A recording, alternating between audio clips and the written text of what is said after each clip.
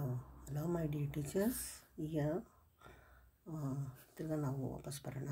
ENK English first standard rhymes, first milestone rhymes my body ಒಂದು card number 3. First ಒಂದು ಸರಿ ನಾನು rhyme ಹೇಳಿಬಿಡ್ತೀನಿ, ಆಮೇಲೆ ಸ್ಟೆಪ್ಸ್ ಹೌ ಟು ಫಾಲೋ ಅನ್ನೋದನ್ನು ಡಿಸ್ಕ್ರೈಬ್ ಮಾಡ್ತೀನಿ. So rhyme is: this is the way I clap my hands, clap my hands, clap my hands, clap clap clap. This is the way I tap my feet, tap my feet, tap, tap, tap. This is the way I shake my head, shake my head, shake my head, shake, shake, shake. ಇದು rhyme. So here ರೈಮ್ನ ನೀವು adapt ಮಾಡಬೇಕು. ಕ್ಲಾಸ್ಗೆ ಇಂದಾಗ steps ಏನೇನು follow ಮಾಡಬೇಕು. First learning objective ಏನು, students ಎಲ್ಲ ಈ ರೈಮ್ನ pronunciation with actions ಹೇಳೋ ಮಟ್ಟಕ್ಕೆ ಆಗಬೇಕು ಮುಗಿಯೋಷ್ಟೊಳಗೆ. ಇನ್ಸ್ಟ್ರಕ್ಷನ್: ಫಸ್ಟ್ ಏನು ಮಾಡಬೇಕು, ಹೋಲ್ ರೈಮ್ನ ಇಂಗ್ಲೀಷಲ್ಲಿ ವಿತ್ ಆ್ಯಕ್ಷನ್ಸ್ ಹೇಳಬೇಕು. ಸ್ಟೆಪ್ 1. ಸ್ಟೆಪ್ 2 ಬಂದಾಗ ಎಕ್ಸ್ಪ್ಲೈನ್ ದ ರೈಮ್. ಇದನ್ನು ಮದರ್ ಟಂಗಲ್ಲಿ ಕನ್ನಡನಲ್ಲಿ ಆ ಕೀವರ್ಡ್ಸ್ ಒತ್ತಿ ಹೇಳ್ತಾ ಎಕ್ಸ್ಪ್ಲೈನ್ ಮಾಡಬೇಕು. ಕೀವರ್ಡ್ಸ್ ಅರ್ಥನೂ ಹೇಳ್ತಾ ಇರಬೇಕು ಮಧ್ಯೆ ಮಧ್ಯೆ. ಇಂಪಾರ್ಟೆಂಟ್ ವರ್ಡ್ಸ್, ಹೊಸ ವರ್ಡ್ಸ್ ಆ ರೈಮಲ್ಲಿ ಬರುತ್ತಲ್ಲ ಅದು.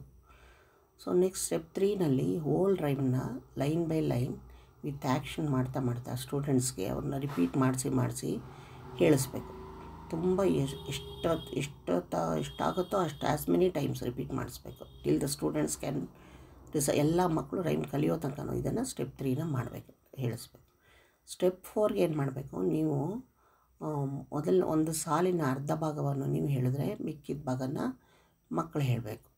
ಇದನ್ನು for example teacher this is the way I clap my hands ಅಂದಾಗ students clap my hands, clap my hands, clap my hands, clap clap clap ಈ ಥರ ಹೇಳಬೇಕು. ನೆಕ್ಸ್ಟ್ ಥರ್ಡ್ ಲೈನ್ ಹೇಳಿದಾಗ ಅವರು ಸೆಕೆಂಡ್ ಲೈನಲ್ಲಿ ಅರ್ಧ ಭಾಗ ಹೇಳಿದಾಗ ಅವರು ಅರ್ಧ ಭಾಗ ಹೇಳಬೇಕು. ನೆಕ್ಸ್ಟ್ ಈಗ ಸ್ಟೆಪ್ 5 ಬಂದಾಗ ಈ ರೈಮಲ್ಲಿ ಮೊದಲನೇ ಲೈನ್ ನೀವು ಹೇಳಿದ್ರೆ ಎರಡನೇ ಲೈನ್ ಮಕ್ಕಳು ಹೇಳಬೇಕು. ಇದನ್ನು ಫುಲ್ ಪ್ರಾಕ್ಟೀಸ್ ಮಾಡಿಸ್ಬೇಕು. ಆಮೇಲೆ ಸ್ಟೆಪ್ 6ಗೆ ಬಂದಾಗ ನೀವು ಆ್ಯಕ್ಷನ್ಸ್ ತೋರಿಸ್ಬೇಕು. ಮಕ್ಕಳು ಆ್ಯಕ್ಷನ್ಗೆ ಯಾವ ಲೈನ್ ಬರುತ್ತೆ ಆ ಲೈನ್ನ ಹೇಳಬೇಕು. ಇದನ್ನು 3-4 ಸರಿ ರಿಪೀಟ್ ಮಾಡಿಸ್ಬೇಕು. ನೋಡಿ ಇಲ್ಲಿ ಕೊಟ್ಟಿದ್ದಾರೆ, ಅದನ್ನು ನೀವು ಹಾಡಿನ ರೂಪದಲ್ಲಿ ಹೇಳಬಾರ್ದು, ಪದ್ಯದ ಥರನೇ ಹೇಳಬೇಕು. Do not sing, only recite ಮಾಡಬೇಕು ಅಷ್ಟೇ. ನೋಡಿ ಟೈಮ್ ಟೇಬಲ್ಲು ಕೊಟ್ಬಿಟ್ಟಿದ್ದಾರೆ. ಮೊದಲನೇ ವಾರಕ್ಕೆ ಸ್ಟೆಪ್ 1, 2, 3 ಮಾಡಿ, ಎರಡನೇ ವಾರಕ್ಕೆ ಸ್ಟೆಪ್ 1 ಮತ್ತು 3, ಮೂರನೇ ವಾರಕ್ಕೆ ಸ್ಟೆಪ್ 3, 4, 5, ನಾಲ್ಕನೇ ವಾರಕ್ಕೆ ಸ್ಟೆಪ್ 3ನೇದು 6ನೇದು. ಸೊ ಇದೇ ರೀತಿ ಮಾಡ್ಕೊಂಡು ಬನ್ನಿ. ಫಾಸ್ಟಾಗಿದ್ದರೆ ಮಕ್ಕಳು ಬೇಗ ಮಾಡಿ. ಸೊ ಇದು ನಮ್ಗೆ ಅನುಕೂಲ ಆಯಿತು ಅಂತ ಅನಿಸುತ್ತೆ. ಲೈಕ್ ಮಾಡಿ, ಶೇರ್ ಮಾಡಿ, ಸಬ್ಸ್ಕ್ರೈಬ್ ಮಾಡಿ. Thank you.